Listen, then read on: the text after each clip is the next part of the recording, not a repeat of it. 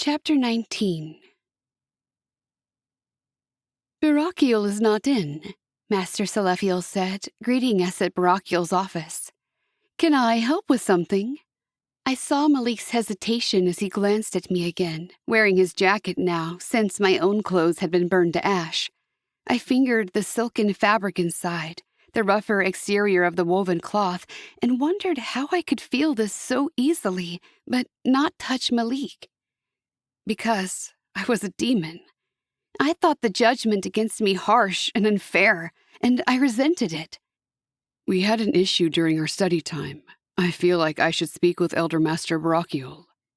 Malik met Salafiel's eyes. I expected her to take offense or try to coax the information out of him, but she merely nodded. I will summon him. Come inside. He will come when he is done teaching. We stepped inside and sat in chairs just within the office. I waited for Master Selephiel to pick up a book similar to mine so she could call Barachiel, but instead she made a motion in the air as if writing with her finger. Can I get either of you two something to drink while you wait? I shook my head, but Malik said, Water would be nice. While Selephiel stepped away, Malik leaned toward me and whispered, It's polite for humans to offer a drink while you're waiting for something, and it's customary to accept, even if you only ask for water. But I'm not thirsty, I said, furrowing my brow. And I'm not human. None of us are, Malik replied. It's a comfort thing. It makes us feel a little bit more human, and we liked being human. I nodded, understanding. And if I want to appear human also, I should try to act this way. Well... Malik lifted one shoulder. Behind him, his wings shifted, as if they wanted to unfold before they remembered the cramped space of the chair. I was thinking more so you could experience a little of what it's like to be human, since you never mind. Malik shifted away from me, and awkwardness fell between us.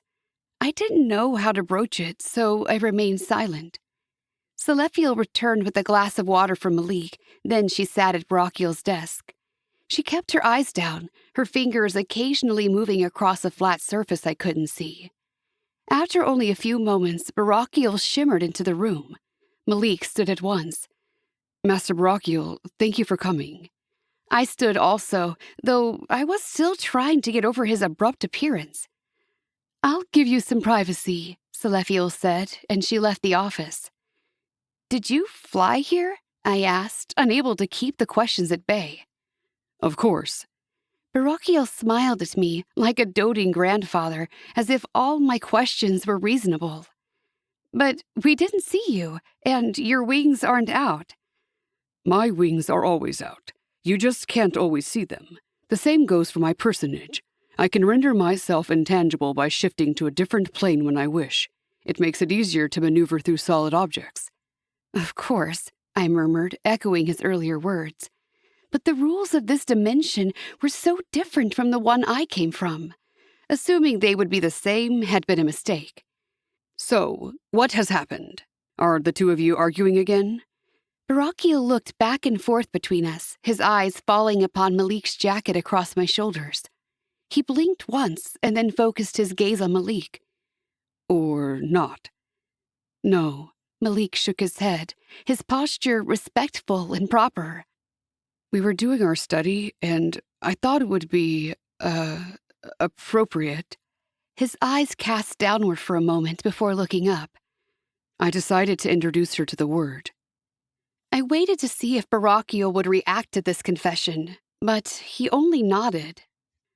Trying to be funny? He said, and Malik's cheeks turned a rosy hue. Maybe a little, he admitted. So, what was the problem? Now Malik was more hesitant, glancing at me and stumbling over his words. They had an unexpected effect. Heaven's throne, I'd have to help him out. My chains began to burn. They caught my uniform on fire and burned it to ash. Barachiel's eyebrows shot up. That is unexpected. So, it's not my fault? Malik exhaled. I thought it was something I did. It was something you did. You had her read the word. But the result was unanticipated and certainly not your fault. Now Barakiel's eyes bored into mine. I placed a protection around you when you arrived in Arcadia, Jez. A protection to keep you from being injured by the holier light surrounding you. That protection should last through your entire first year. It should include any additional light and knowledge you acquire at the Academy. Unless the protection has been weakened or violated, you should not be susceptible to heavenly wards and enchantments. My mind reeled as I tried to take in the full meaning of what he said. There are heavenly enchantments? Barakiel nodded. For the safety of demon and mankind alike, some things should not be known, so there are safeguards to keep certain knowledge from falling into the wrong hands at the wrong time. So, you do intentionally hide knowledge from us, I said, my anger growing. Barakiel did not answer, but I saw a fire of challenge flicker in his eyes.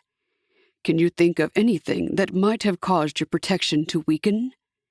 A question with a question. My stomach churned as I remembered my visits to Sheol. What sorts of things could cause the protection to weaken? Malik asked, his eyes steady on Barakiel. Breaking the Academy rules, breaking the celestial laws, inviting a demon into your life, allowing devils to influence your choices. Hanging out with demons in Sheol? Barakiel did not list that action, but my conscience pricked. My conscience! The realization that I had one, and it was speaking to me, made me gasp out loud. Both Barakiel and Malik looked at me. You have something to say? Something that might enlighten us. I knew the truth burned in my eyes. I stared back at Barakiel, shame heating my face. I did not want Malik to know the depth of my wickedness. I might know what I did, I hedged. So you did do something? Malik asked, his wings fluttered open. It wasn't intentional, I said, and I couldn't meet his eyes. I will take care of this, Malik. Let me see your hands. He hesitated, and I looked over at him, for the first time, wondering about him. Barakiel was still waiting, and Malik held his hands out, palms up. Black fissures lined his skin. Go to the healing ward. We'll remove the darkness from you. My heart sank, and I turned my eyes away, unable to look at him. My darkness had polluted his light. He turned and marched out of the office, wings opened and arced in obvious displeasure. Barakiel closed the door behind him. He settled on the edge of the desk and faced me, clasping his hands together. What happened? I lifted my chin. Am I commanded to tell? No, Jezbathasat, he said, weariness in his voice. But I cannot help you if I do not know all the details. He didn't need to know. I didn't need his help. I do not wish to say. You said it wasn't intentional. I said too much. I pressed my lips together, keeping my silence. Very well, Barakiel exhaled. Has your shield of protection been compromised then? It's possible, I said. I can give you a new one, but if you repeat the same behavior, it will also be compromised. Will you be able to stop your destructive actions? I knew I would not. I'd been given a command by Hasatan, and choice was not possible. So I said the only thing I could. Yes. Malik was angry at me. Again. I joined my dorm mates at lunch and sank into a chair beside Iblis, who went on to share information from her human history class, where they were studying the different forms religion took on Earth. But it's like they got it all wrong, Dara said, jumping into the discussion. None of them ever imagined a place like the Academy. And yet they got so many things right, Iblis said. How could they have known about heaven and hell and demons and angels? Because of angel interference, Grigori said. Haven't they taught that to you yet? Both girls shook their heads. There's a whole class on it as second years, he said. All the times angels have interacted with humankind and caused serious mayhem.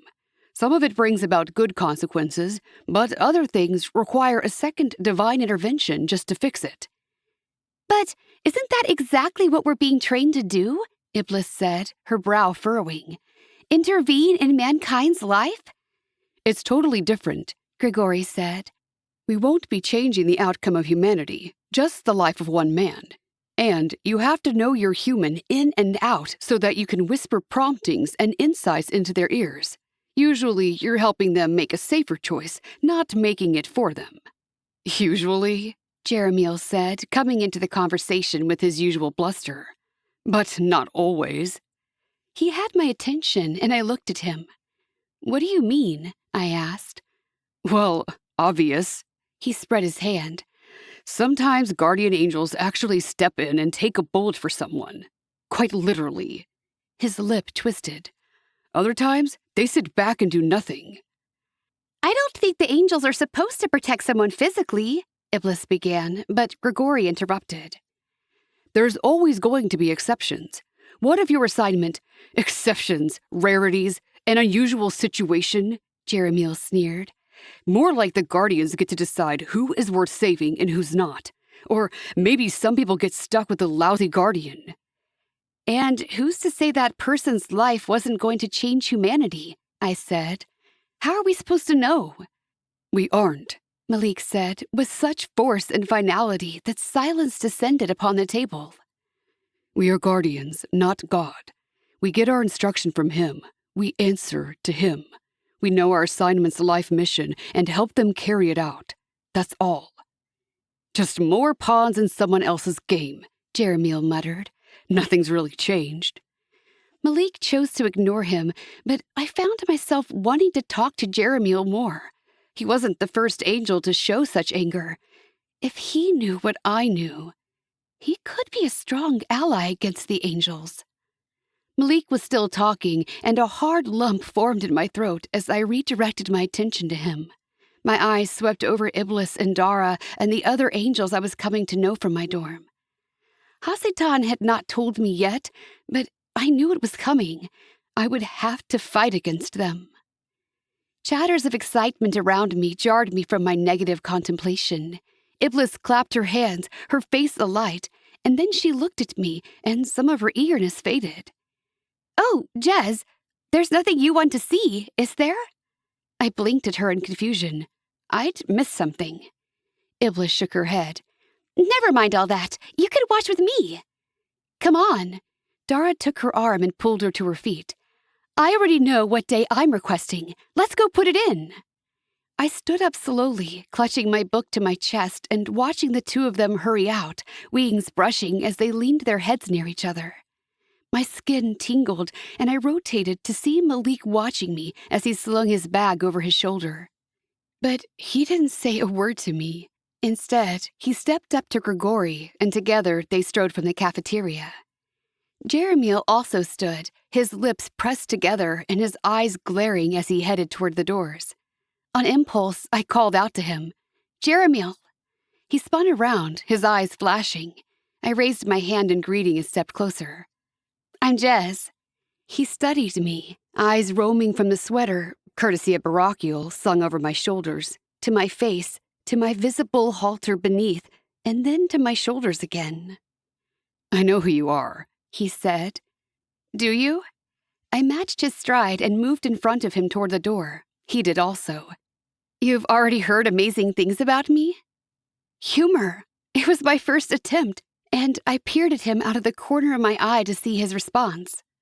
Something like that, he said, and a glimmer of a smile pressed against his lips. He matched my stride as we walked out of the dining hall. You don't join the first years as often as the others. You skip all the devotionals, and you... He glanced at my shoulders again and fell silent. I didn't respond to his attention to my lack of wings. You mean you go to the devotionals? Yes, I like to keep up on the Kool-Aid. Kool-Aid? I didn't get the reference. You know, like everyone thinks this place is happy, happy, joy, joy. It's nirvana, almost heaven. But you don't think so. He stopped walking and faced me. Do you? He stared at me hard. Something tells me you don't, which is the only reason I'm talking to you now. I had trouble catching my breath, and with a sinking heart, I realized I was right. Jeremiel would be easy to sway to Hasitan's side. Why are you so angry? Because Jeremiel's hand closed into a fist and pressed against his heart. He shook his head. No, you first. This was a game I could play. I'm angry because of all the lies. I'm angry because I don't know who to trust. Each side points the finger at the other and says they did it, while the angels sit here in Arcadia, all innocent and benevolent, acting like they aren't the cause. Violence and hatred has plagued the world since the beginning of time and driven humanity apart. Exactly. He stared at me, his body weaving back and forth as he nodded. Exactly. You get it. I waited quietly, but he didn't open up about himself. So, he said instead, leading the way back toward our dormitory. Who are you going to see? The question caught me off guard. What? You know, for the great viewing day? He curled his fingers around the words. I shrugged. I wasn't listening. What's it about? He arched a brow. Is there no one you care about back on Earth? I chose not to respond. He gave me a minute, but when I didn't, he kept on talking. So, Malik said during winter break, or the holy days, we get to pick a day to view someone we care about back on Earth. Just a chance to see them and what they're doing. Oh! Now I understood their excitement. But dread bloomed in my chest. Who would I pick to view? A human who had succumbed to my filthy whisperings? That sounds rather boring, I said. I think I'll skip it. He gave me a bewildered look. You really don't care about anyone. I have no one, I said, my fingers curling into my palms. It had never bothered me before, but now I wondered, what would it be like to care? To feel my emotions stir every time a certain spirit came near my own? Who will you watch? I don't know that I will, he said slowly. What if I don't like what I see? I'll just be further tormented here. But this isn't the place for torment, I said, trying to make sense of his words. Could have fooled me. We stepped into the dormitory together, and Jeremiel paused at the stairwell leading to the second story. Aren't you going to your next class? He asked. I shook my head. I hadn't checked to see what it was, but now that I was here, I didn't want to. I wanted to be alone with my thoughts. I wanted to put words to my feelings and write them down. And suddenly, I was so grateful that the fallen and demons couldn't read. Me neither. He looked me up and down again. You could come up to my room, if you want. We could see if everything works the same in this life. There was innuendo and hidden meaning to his invitation that I didn't quite grasp, and yet the tightening in my chest gave me the vaguest warning that I should decline.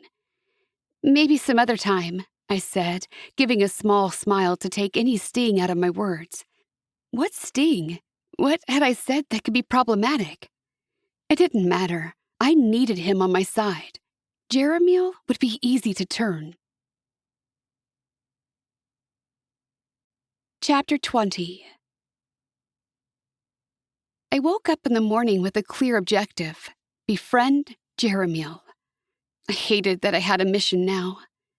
Iblis kept up a constant barrage of chatter all the way to breakfast. I followed wordlessly through the line, loading the same foods onto my tray that she did. Then, when she went to sit with Dara, I changed directions and put my tray down next to Jeremiel. Iblis cast me a look of surprise and then joined us. It wasn't as if Jeremiel ate alone. Our entire dorm was at this table or the ones nearby, and nobody was excluded. The angels were good about that. But even those sitting around Jeremiel didn't seem to see him, speaking over his head or talking to those next to him. Hi, I said, sitting down behind my tray. Iblis looked back and forth between the two of us and cleared her throat. Mind if we sit here? He gave us a lazy smile and gestured to the table. Be my guest. Iblis cleared her throat again and shoved her hair out of her face as she squeezed in beside Jeremiel and another student. Excuse me, she murmured, forcing the kids to scoot down. His light blue eyes met mine, and he gave a little smile. Good to see you again, Jez. Jez, you know everyone, Iblis said. Are you sure you weren't some kind of queen bee in your old life? I had no idea what that meant, but Jeremiel saved me from having to respond. She was no queen bee. She was a goth, tried and true. Iblis looked at me as for confirmation, and Jeremiel said, Just look at her, all in black. The Academy sweater does little to hide her color preferences. I looked down at my black halter, feeling insecure in my outfit. I had never had a choice before and hadn't questioned my desire to stay in what was familiar. But now, I didn't like the statement I was making. I looked back at Jeremiel, ready to deny his allegations, when I realized his perception of me worked in my favor. I needed him to think I was that edgy girl, the one who might have something to offer him. I pasted a smile on my face and said, You've got me figured out. Guess I'll have to change things up again. You won't be able to fool me, he said, and I laughed. But it hurt, like I'd pulled a mask over my face that didn't fit quite right. We moved as a unit from breakfast to the Gabriel building for our therapy class. The wind had picked up outside, prickling my exposed skin. My hair whipped around me and I increased my speed. My body might not require a jacket, but I didn't enjoy the cold. I stayed close to Jeremiel, though agitation fluttered in my stomach. I was playing a dangerous game, and I wasn't even sure I wanted to be fighting on this side. Elelith already sat in a chair in the center of the circle, and he greeted us with a smile. I sense a lot of excitement from you all today, he said. Preparing for your first viewing, eh? I glanced around and saw the eagerness was visible on my doormates' faces. It's a special time, he said. For many reasons. Winter break occurs during the holy days of many different cultures and religions, which means your loved ones might be drawn closer to the light automatically. That makes it easier to bridge the gap between Earth life and this life. But it's also your first time to see them. While this is emotionally fulfilling, it can also be difficult. There's a reason we make you wait until halfway through your first year to look back. If you find yourself struggling to accept what you see or life here in Acadia after the viewing, please come find me. Curious, what might one see that would leave them troubled? Probably less important to you this year, but important to the upperclassmen is the upcoming Skyball game. What's special about this one? Dara said. I think I remember hearing about it, Leek said. What happens? It's the last game before the playoffs in the spring, Malik said. Whoever wins this game will have an advantage going into the championship games. They'll be the only team that has to lose twice to be eliminated. I knew there'd been 3 games on campus, but I'd only gone to the first one. Not because I hadn't enjoyed the game, but I'd worried about inadvertently bumping a classmate in the excited scuffle of the game. The vicarious rush I'd felt when I watched the teams intrigued me, as if it were me on the pitch playing instead of observing. The championship game would probably be even more intense. Great things to look forward to before the break, Elelith said. But before we get to them, let's focus a bit more on your transitioning to angel life. There are only a few people we haven't heard from. His eyes swept over us. I kept my eyes down and settled into my seat. The earlier energy immediately withdrew, and I was certain none of my classmates were eager to spill their losses from their past lives to a room full of strangers. But as I glanced around at my classmates, I realized we weren't strangers anymore. Penemone, could you open for us? Share your story? Penemone was a petite girl with olive skin and short black hair. A perpetual grin clung to her features, and this was no exception. She flashed a smile and said, Well, it was an extraordinary death. I jumped from a flaming helicopter toward the Eiffel Tower and missed. A stunt move gone wrong, but boy, did I look spectacular flying through the air. Her comment actually brought laughter. I pictured Penemone launching through the air, arms outstretched, ready to make an amazing landing. Her smile faded. In all seriousness, it wasn't nearly so cool. I was born in Guatemala, the oldest of 7 children. I left my family behind for a better life. I thought I could make something of myself and send money home to them. I didn't even make it across the border. The bright light had left her eyes, but she lifted her chin and met Elif's gaze. If I can become a guardian for my younger sisters and keep them safe, safer than I was, that's what I want. That's why I'm here. I will still make something of myself and provide a better life for them. Elelith nodded, his eyes burning as they held hers. You will succeed. Jeremiel lifted his face. This is... You can't swear here, Iblis said, and she giggled uncomfortably. The sound doesn't come out. His eyelids fluttered. Why do some people get guardian angels and not others? Do I get to choose? Because my family needs me right now. I felt Jeremiel's anguish rolling off of him and piling onto me. I clenched my fingers together, understanding the colors now. Anger and despair. I hurt for him as if the feelings were my own. You can work with this. I heard the instruction in my head as if my father were there beside me. He wasn't, and I knew he couldn't see what happened here in Arcadia, which meant it was simply my inner voice. I could exploit these feelings and use them against Jeremiel, even though what I wanted to do was comfort him. Iblis reached out and touched his hand, and a flash of jealousy raged through me. She could do what I wanted. I expected him to shove her off, but his fingers closed tightly around hers, his pain deeper than his pride. I'm sorry, Jeremiel, she said. Life isn't fair. Jeremiel turned his face to her, and green tinged his aura. It isn't fair, and it isn't over, Elelith said. We can help you make sure your siblings get the best guardians possible. Right, Jeremiel muttered. Elelith ignored his displeasure and turned to the next angel. Hashmal? Hashmal shrugged. Nothing exciting here. I got taken down by the flu bug. Can you believe it? Big old guy like me taken down by a little flu. How do you feel about that? Elelith asked. Sucks, I guess. But here's not so bad. I'm getting kind of used to it. Elelith smiled. Yes, here's not so bad. And now you have each other. And we can't die again, Arella said. So we don't have to fear. The angels murmured their agreement and relief, and I waited for Elelith to contradict them. When he didn't, I turned to look at him. He glanced at me and held my gaze, as if daring me to say something, to tell them about the dangers of a spiritual death. Not me. I wasn't going to warn them, especially not if he wasn't. The last day of classes for the semester carried an air of expectant anticipation and giddiness.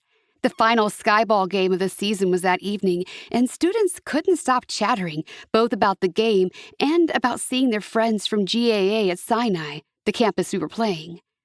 All of my teachers, including Master Sabriel and Master Remiel, offered indulgent smiles and let us talk excitedly together while they graded assignments or cleaned the area. Master Ingram polished the weapons, leaving us sitting on the floor to discuss our holy day plans. Everyone's going to view their families, right? Daniel asked. I'm just eager to know how my dad's doing. I'm checking on my boyfriend, Iblis said. Not that I think he's been waiting for me, but I want to know what he's up to. I hope he's all right. And she hoped he was waiting for her.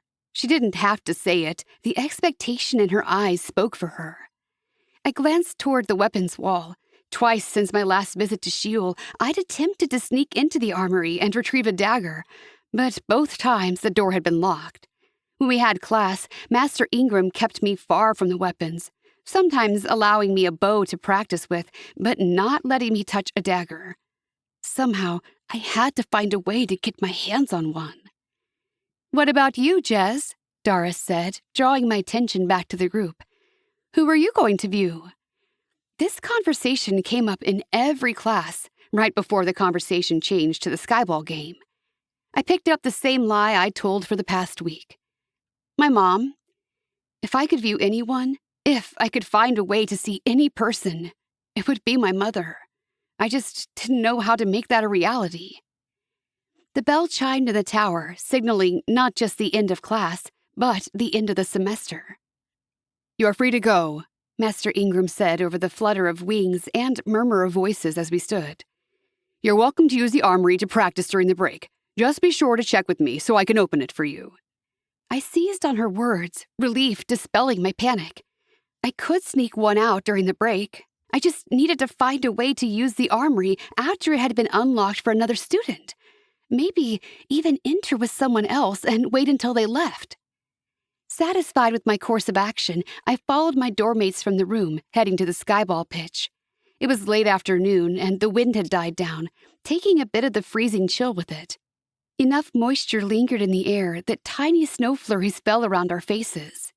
Knowing we'd be outside for the games, I'd grabbed the thicker winter jacket from my closet. No reason to be uncomfortable for several hours. I lingered behind my classmates, not because I felt left out, but because they were huddled so close together. I knew I'd touch one on accident if I caught up to them. I thought I'd find you back here. I shifted slightly to face Malik. He approached out of the wintry background, tiny snowflakes sticking to his eyelashes and nose. My heart did a little stutter, and I thought I'd never seen anything quite so beautiful. But even as I thought it, I remembered his reproach toward me. I did not think you would talk to me again, I said, not after I caught on fire during our study of the Holy Book. Elder Master Brachial has asked me to get in one more session with you before the break. Oh, I said, disappointment filling my chest. So that was why he was talking to me. I shook it off. We tried, Malik. You see what I am now. If you don't wish to continue tutoring me, we can work out a new arrangement. The thing is, I don't really know what you are at all. And I'll admit that confuses me sometimes. But something about you keeps drawing me back. I'm a curiosity, I shrugged. A mystery to be solved. I want to get to know you more. For some reason, ire shot through me. Why have you ignored me since our last session, then? His cheeks reddened. I got a little flustered. I thought I'd figured you out, and I was wrong. I'll tell you something, Jez. One of my biggest vices during Earth life was anger. I still struggle with it. It takes me a few days sometimes to cool down and see things rationally. So, I'm sorry. What did I do that made you angry? We'd reached the tall bleachers that overlooked the skyball pitch now, but he stopped, leaning against one of the supports. I stopped as well. Sometimes I don't even know, he said. That's why anger is so irrational. I was angry when I heard you'd compromised your protective shielding. Because it reminds you of my evil roots? I said, lashing out with harsh words, almost as if I wanted to see him lose control again. Not really, because I could have hurt you when we read from the Word, and it would have been my fault, but also yours for not taking the care you needed. And it made you angry that you took the blame, I said, beginning to understand. He shook his head. It made me angry that you would take chances with yourself that way. His words caught me off guard. I took a moment to analyze them, internalize them, and he watched me while I did. It's almost as if you care, I said, speaking out loud. He smiled. Yeah, it is. Odd, isn't it? There seemed to be a hidden meaning in his tone, something confessional, but the way he smiled, the way his eyes twinkled, made me wonder if I was missing a humorous nuance. Come on, he said. We'll miss the start of the game. I lagged behind, glad the crush of students had already filled the bleachers. I'd rather sit away from everyone. I know. We can sit in the back. But don't you want to sit with your friends? I spotted Grigori and Abaddon near the front, high up in the tall bleachers and with great views of the pitch. I sit with them all the time. How often do I get to sit with you? He started up the long stairs to the seats at the back. He could sit with me any time he wanted, but I didn't point that out. He said it as if sitting with me were a privilege, and I rather liked the way that made me feel. It was just the two of us in the very back. I noticed the other platform had students with different uniforms than ours. Are they from the other campus? I asked. Yes, they're tellies. They look like they're not sure if they're about to become ninjas or do gymnastics. I narrowed my eyes, trying to understand what he meant. They wore tight-fitting, sleeveless clothing. They control things with their minds. I guess they like to be ready for movement. Metas, on the other hand, wear white robes. They're from the campus at Zion, and since they shift into other animals, they keep their clothing loose. He pointed across the pitch. See the guy from Sinai at the end of the first row? That's Jake. Well, that was his Earth name. He's my friend, the one I jumped into the water to save. He's at the other campus, I said, catching on. Yeah, he has telesight. He can look in someone's mind and see what they see, or show someone else what he's looking at. I'll introduce you to him after the game. I nodded, but my mind was tripping, trying to catch up with me.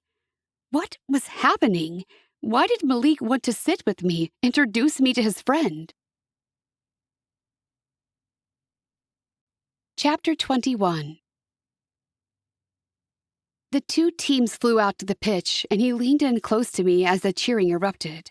He was careful not to touch me, but I felt his nearness just the same, a sort of electrical charge between us when he spoke to me. Do you understand the game? I shook my head, the electrical field between us expanding as I did, almost like it cocooned around us. Iblis explained a little at the first game, but I don't recall. The team in the red is us, he said, Academy at Yishuv. Master Sabriel threw the ball into the air, and immediately one of the Yishuv angels hurtled forward, wrapping her arms around the ball and speeding toward the basket on the edge of the library tower. That's the flyer, Malik said. She's the only one who can score a basket. The only person who can give her the ball is an interceptor. She has to wait for it to come to her. There's one exception. The flyer can also catch the ball from the opposing team's tosser, but not from our team. I nodded. I liked his closeness, liked the murmur of his voice in my ear. I liked the tingle of his aura as it mingled with mine at my shoulder. A small angel in a blue robe appeared in front of the flyer, and he danced around her, preventing her from getting a good shot. That's an interceptor from Sinai, Malik said. They're not allowed to throw the ball. He can take it from anyone, but to get it to the flyer, he has to fly it over and hand it to her. If he gets the ball... The flyer tossed the ball over his head, and another angel from Yishuv in a red uniform caught it. The blue-robed angels closed around him, and he spun his hand in a circle. A portal opened in front of him, and he tossed the ball through it. And that was, I asked. A tosser, the only one on the team who can create a portal. They have to synergize with the interceptor to do so, but they can hold onto the energy until the moment they need it. I nodded, the game starting to make sense as I watched it play out. Is that all the tosser does? The tosser can throw it away from the goal. They can also throw it to the interceptor, so the interceptor can fly it to a flyer. So there's a tosser, an interceptor, and a flyer. Those are the three positions on each team? Yep. Simple, huh? Not really, I said. I watched the game, leaning forward and trying to understand it. Then I jumped in my seat. Oh, our flyer just caught the ball from the other team's tosser. He grinned, and his hand came down near mine on the bleacher, just near enough that I felt the sizzle of his energy. You catch on quickly, he said. It took me a year to understand Skyball. The game became more interesting when the Sinai angels began using their gifts to interfere with the game, making the ball fly up or down or out of another angel's arms. But they weren't the only ones. I laughed out loud when the Sinai tosser handed the ball over to our flyer, knowing he'd fallen under her empathic influence.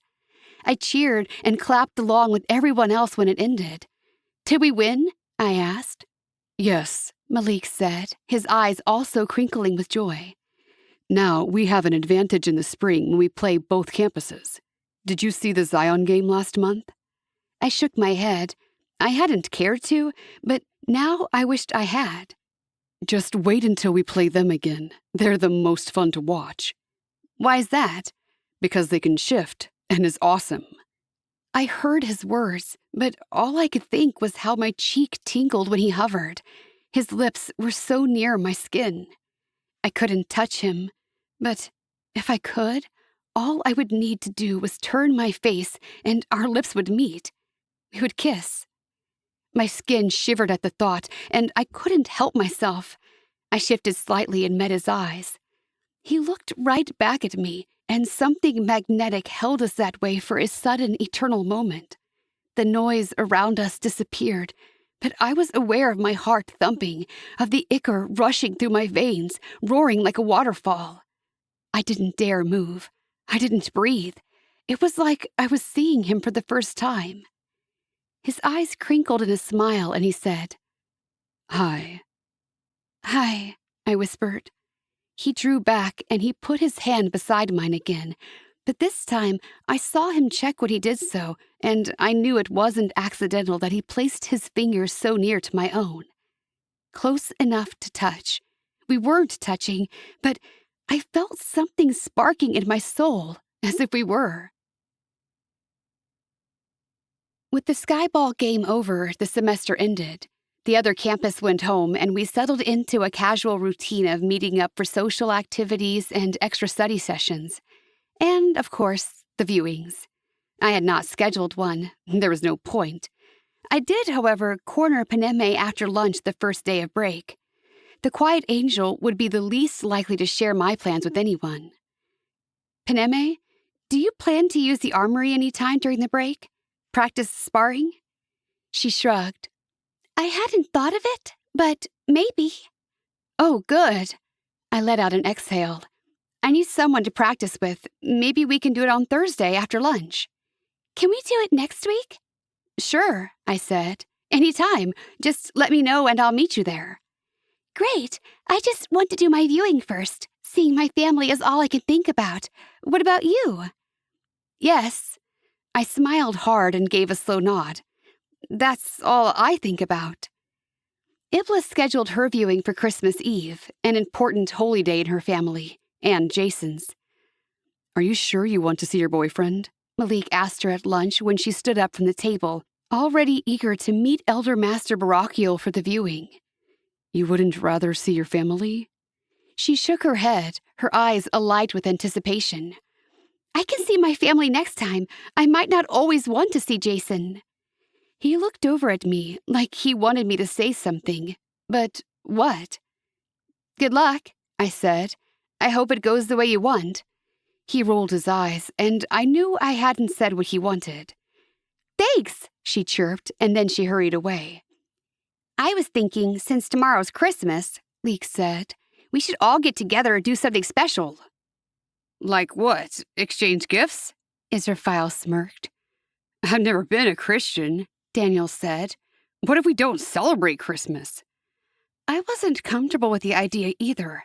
The whole thought of the holy days made me nervous. "I'm not sure it's a good idea." "It's a great idea for whoever wants," Malik said. "You'll find several pockets of students getting together to do so, but no one should feel obligated. There will be a special Shema service in the morning and then several musical numbers throughout the day. You might find comfort and joy in attending those." That sounded more like what I would like to do. I opened my mouth to say so, but Malik looked at me and spoke first. "Would you mind if we did another study session tomorrow?" I blinked in surprise. I'd already started to think of different ways I would fill my day, starting with music. I had not gotten those sounds out of my head and looked forward to hearing them again. But then I realized he was offering me an out, a way to escape all the holy day celebrations, without looking like that was my intent. "Sure." "Then I'll see you at the library tomorrow, after the morning Shema." I nodded. I didn't go to the devotional, but maybe after our session we could sneak over and listen to the choir sing. He gave me a smile, then shouldered his bag and headed for the exit. I jumped up and ran after him. "You said they'll be singing all day tomorrow? After Shema?" I caught up to Malik on the sidewalk and walked with him toward our dorm. "You liked that, didn't you?" I nodded, not wanting to voice how much the music touched me. "You can listen to it on your agenda, you know." "I can?" He held out his hand, and I fished through my bag, finding my book and dropping it into his palm. "It's not quite the same," he said, "but you might like some of this music." I watched him sift through tabs, selecting lines and moving them into a folder. "There," he said, handing it back to me. "Merry Christmas, Jess." I blinked at him, wide-eyed. I didn't dare say the words back, but he didn't seem to expect them. He just turned and continued on his way. I sat down at my desk in my room before opening the folder he'd created for me. I clicked on the first item, and the sound of cheerful soprano voices filled my room. I smiled. He was right. The tone wasn't as pure. The music wasn't as angelic as listening to a heavenly choir, but the music itself lifted me. I settled back on my bed and closed my eyes, letting the light fill my soul. And then I sat up, troubled. How could I do this? How could I let the light and goodness enter me, knowing the betrayal I was planning? My heart tore within me, and the conflict filled me with anguish. The door to the room clicked before it opened, distracting me from my mental conflict. Iblis came in. She smiled at me, but her eyes gleamed with moisture. I reached over and silenced the music on my screen. "What is it?" I said, rising and moving toward her. "Has something happened?" She shook her head. "No, not really. I mean, they warned us, right? That things would be different. That's why they made us wait a few months before allowing us to have a viewing." She tapped her fingers against her palms. I nodded. "What happened? What changed?" "It's nothing. And everything." The tears overflowed and rushed down her cheeks. "Jason has moved on." "Oh, but you anticipated this outcome, right?" I had never had a boyfriend or even loved anyone, but when I thought of Malik and pictured the way his golden eyes seemed to see straight into my heart, I felt a stirring of longing. I would not like it if he looked at another angel that way. Maybe it was a tiny glimpse of the emotional connection Iblis had to Jason. "I knew it was possible." Her eyes reddened as tears flowed down her face. "I didn't really think he'd move on so quickly. I mean, I died." Perhaps I was lucky after all, never being born, never experiencing true heartache. "I'm sorry, Iblis. What did you see?" She picked up a hand towel from the bathroom and wiped her eyes. "It was Christmas Eve, and there was a party at Austin's house. Jason picked up my best friend Amy and took her there. He has a new car, of course. I thought it was sweet, since I'm not there. The two of them are hanging out. I thought maybe it helped them remember me. They stopped by my parents' house first. My mom cried when she hugged Amy, and Jason gave them a Christmas ornament. It was super emotional, and I just loved him all the more for it. I could see the guilt on his face." She shook her head. "I think he worries they blame him. I saw lots of colors, but I couldn't interpret them. Then Amy and Jason left for Austin's party. I should have stayed with my family, but I wanted to watch Jason. I wanted to imagine for a moment that I was there with him." She sighed, her breathing ragged. "But Amy started crying in the car, and instead of going to Austin's, they went to her house, to her room. There, she fell into his arms, and he comforted her." Her lip twisted. "In a very caring, passionate way." I had watched similar scenes play out often enough to picture it. "Do you want revenge? I could make it happen." "What? No." She sighed and sank into the chair at her desk. "I wanted him to move on, Jess. I didn't want Jason to guilt trip himself and always feel bad for my death, or be stuck on me forever. But maybe for a year? It's only been 6 months, and now I think maybe it would have been okay for him to pine for me for all eternity." "It's very selfish of him to need someone else through mortality," I said. "You'll still be here when he dies." Iblis looked at me, and then she threw back her head and laughed. "But he doesn't know that. Don't you remember what it was like? One day of loneliness feels like an eternity. It seems like there's no end, and you think, I can't take this anymore. I would be selfish to expect anything else from him." "I don't understand exactly," I said. "I thought you were upset about this, but if you think he did the right thing, then—" She stood up. "Sometimes I wonder about you, Jess. It's like you don't remember feelings. Some things you just can't explain." Apparently not. I skipped Shema the next morning, watching from my window as the other students flocked from the dorms toward the Gabriel building. The snow fell heavily this morning, and it seemed appropriate the way it blanketed the campus in white. Behind me, my music played softly, and I pretended it was my own personal Shema. I wondered what it was like in there, the light pouring down from Shamayim onto the angels' souls, glorious and beautiful. It made me ache with longing. I turned away from the window and changed my clothes. I didn't wish to wear this black halter any longer, or the jagged skirt. I pulled on the plaid school uniform with a matching button-up blouse and a thick jacket over the top. Then I sat in quiet contemplation while the song spilled over me. Who was I, really? Maybe I wasn't who I'd always thought. Maybe I knew less about myself than my classmates did. I stood up and went downstairs, heading to the library. I sat up at our table, finding a thick tome to open and sound out the words while I waited for Malik. A rush of cold air filled the library when the door opened. I didn't turn, but kept my finger on the line of words, mouthing them to myself as Malik dropped into the chair across from me. Hey, he said, and then I lifted my eyes. His lips crinkled in a smile as he unwrapped a navy scarf from around his neck. His wings trembled behind him, sending powdery mists of snow to the library floor. getting started without me? He said. Yes, I said. Just wanted to see if I could read this book. Well, sorry to cut our study short, Malik said, a sparkle in his eyes as he pulled the book away from me. But I have something else in mind for today. You do?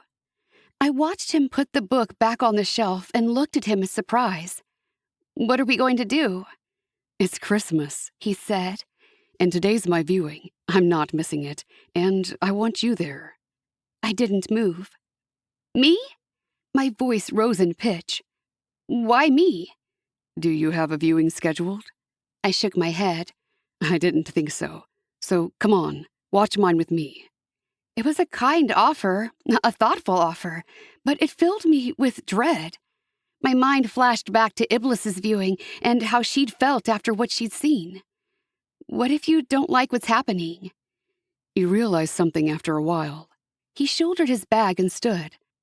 The only thing that matters on Earth life is preparing for this life. This is where existence really happens. I stood also. So it doesn't bother you if you see bad things? Of course it does, but I want to see my family. I remember that Earth life wasn't always happy, and I accept that. Some angels don't want to see it, and they decide not to participate in viewings. He paused a moment, his eyes scanning my face. You haven't done a viewing with anyone else, have you? No. There was no one on Earth I wanted to check on. For a brief moment, my mind flashed on the hundreds, or was it thousands, of souls I had led astray during my time in Sheol. I shoved the thoughts away. I couldn't dwell on them now. I certainly didn't want to see them. Come with me. Excitement showed on his face. You can meet my family. I imagined Malik's family would be light-led, stiff and righteous and holier than thou. Isn't it private? Maybe. Malik turned around and headed deeper into the library. I scurried after, interest replacing my misgivings. Where are you going? My favorite place on campus.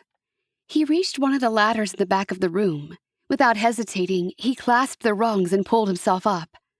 Come on, he shouted over his shoulder at me. Well, why not? I'd always wondered what was up here. I grasped the rungs firmly in my hands and hauled myself up the ladder after him. We were climbing the library tower. I tilted my head back and looked up, but the ladder disappeared into the roof, too far for me to see. The ground beneath me faded from view long before the ladder ended, and still I could not see the end of our journey. Malik's wings fluttered ahead of me, and I kept my gaze focused on them. I trusted Malik, even as I felt a twinge of nerves about our ascent. He stepped off the ladder first, and I followed him into a hallway with a door at the end. He turned around, his eyes shining with mischief. Ready for this? For what? I asked. He threw the door open behind him and stepped into open space.